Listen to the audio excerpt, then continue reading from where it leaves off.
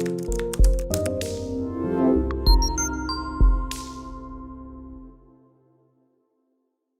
got another question here.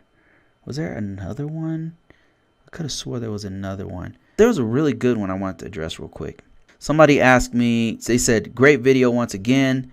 Would you please provide with a breakdown of the paths to cybersecurity analyst, the cybersecurity analyst career path?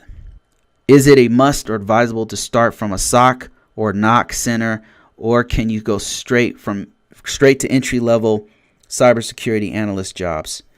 So I've done cybersecurity analyst jobs before. It was really fun. Like it just felt right when I did cybersecurity analyst work. It felt like something I was supposed to do. Like it really felt. And then the stuff I was learning was it was fun. It was actually fun to do.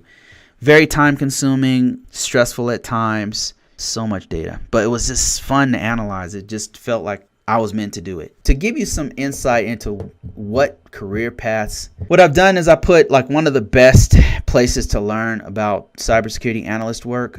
One of the best certifications out there for this is the SANS GCIA, and another one's GCIH. Those two are very good common body of knowledge to start, to dive into. I don't know if it's a starting certification. It's not the start. Like you got to know some stuff. But what I want to do is just show you, if you're really curious about what you should do, like what career path, especially if you're a beginner to this and maybe you've been in IT for a long time, been working on the help desk, you've been working in network engineering, and now you're trying to dive into